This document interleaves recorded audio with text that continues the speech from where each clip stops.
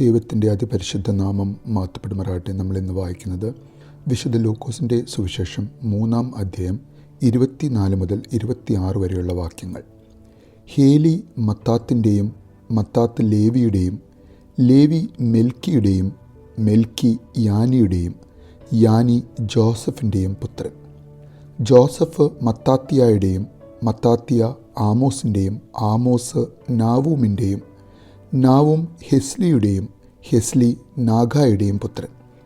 നാഗായി മാത്തിൻ്റെയും math മത്താത്തിയായുടെയും മത്താത്തിയ സെമിയൻ്റെയും സെമിയൻ യോസേക്കിൻ്റെയും യോസേക്ക് യോദായുടെയും പുത്രൻ. പരിശുദ്ധ തൃത്വ ദൈവത്തിന് സ്തുതി.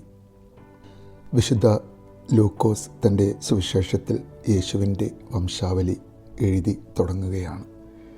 ഏലിയുടെ പുത്രനിൽ നിന്നും തുടങ്ങുന്ന നമ്മളിന്ന് വായിച്ച 3 വാക്യങ്ങളിൽ ഏകദേശം 16 പേരുകളാണ് നമ്മൾ കാണുന്നത്. വിശുദ്ധ മത്തായിയുടെ സുവിശേഷത്തിലും വംശാവലി കാണുന്നുണ്ട്. അബ്രഹാം മുതൽ യേശു വരെയുള്ള വംശാവലി കാണിക്കുന്നത് ആ സുവിശേഷത്തിൻ്റെ ഏറ്റവും തുടക്കത്തിൽ തന്നെയാണ്. എന്നാൽ വിശുദ്ധ ലൂക്കോസ് 1-2 അധ്യായങ്ങളിൽ യേശുവിൻ്റെ ജനനവും യേശുവിൻ്റെ ബാല്യവും 12 വയസ്സുള്ള യേശു ദേവാലയത്തിൽ പോകുന്നതും തൻ്റെ സ്നാനവും ഉൾക്കൊള്ളിച്ചതിന് ശേഷം യേശുവിന് ഏകദേശം 30 വയസ്സുള്ളപ്പോൾ യേശു തൻ്റെ പരസ്യജീവിതം ആരംഭിക്കുന്നതിന് തൊട്ട് മുൻപാണ് വിശുദ്ധ ലൂക്കോസ് ആധികാരികമായ ആദാം വരെ നീണ്ടുകിടക്കുന്ന മാനവരാശിയുടെ ആരംഭം മുതൽ ക്രിസ്തു വരെ നീണ്ടുകിടക്കുന്ന വംശാവലി നമുക്ക് വ്യക്തമായി വായിച്ച് മനസ്സിലാക്കുവാൻ തൻ്റെ സുവിശേഷത്തിൽ ഉൾക്കൊള്ളിച്ചിരിക്കുന്നത്. ഇന്ന് നമ്മൾ വായിച്ചു കേട്ട ഈ 16 പേരിൽ ആരെപ്പറ്റിയും വലിയ അറിവുകളൊന്നും തിരുവെഴുത്തുകളിൽ പ്രതിപാദിക്കുന്നില്ല. ഇന്ന് വായിച്ച പേരുകളിൽ 2 പേരുകൾ നമുക്ക് സുപരിചിതമാണ്, ആമോസും നാഹൂമും. അവർ പഴയ നിയമത്തിൽ കാണുന്ന 2 പ്രവാചകന്മാരാണ്. എന്നാൽ യേശുവിൻ്റെ വംശാവലിയിൽ ഉൾപ്പെട്ടിട്ടുള്ള ആമോസും നാഹൂമും അല്ല ആ പ്രവാചകന്മാർ എന്ന് മാത്രമേ നമുക്കറിയുന്നുള്ളൂ. പിന്നെ നമ്മൾ 2 പേരുകൾ, ഒരേ പേരുകൾ നമ്മൾ ഈ വംശാവലിയിൽ കാണുന്നുണ്ട്. മത്താത്തിയാസ്.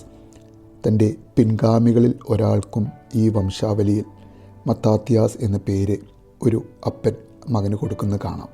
2 പ്രാവശ്യം മത്താത്തിയാസ് എന്ന പേരും നമ്മൾ കാണുന്നു. ദൈവപുത്രൻ്റെ വംശാവലിയിൽ പേര് വരാൻ സാധിച്ച യേശുവിൻ്റെ കുറേ പൂർവ്വ പിതാക്കന്മാരുടെ പേരുകൾ.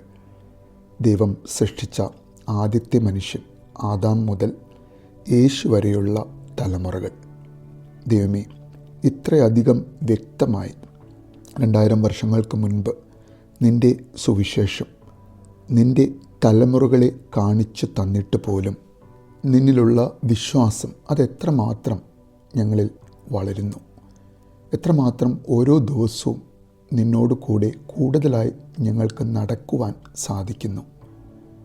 ഞങ്ങളുടെ ജീവിതത്തിൻ്റെ തിരക്കിനിടയിലും ഉത്തരവാദിത്തങ്ങളുടെ തിരക്കിനിടയിലും നിന്നെ കേൾക്കുവാനും നിന്നെ പഠിക്കുവാനും നിന്നെ മനസ്സിലാക്കുവാനും നിന്നെ കൂടുതലായി അടുത്തറിയുവാനും അങ്ങനെ ദൈവമേ നിന്നിൽ ആയിരിക്കുവാൻ ഞങ്ങളെ ഓരോരുത്തരെയും നീ യോഗ്യതയുള്ളവരാക്കി തീർക്കണമേ എന്ന് നമുക്ക് ഓരോരുത്തർക്കും ആഗ്രഹിക്കാം, പ്രാർത്ഥിക്കാം. നല്ലൊരു ദിവസം നേരുന്നു.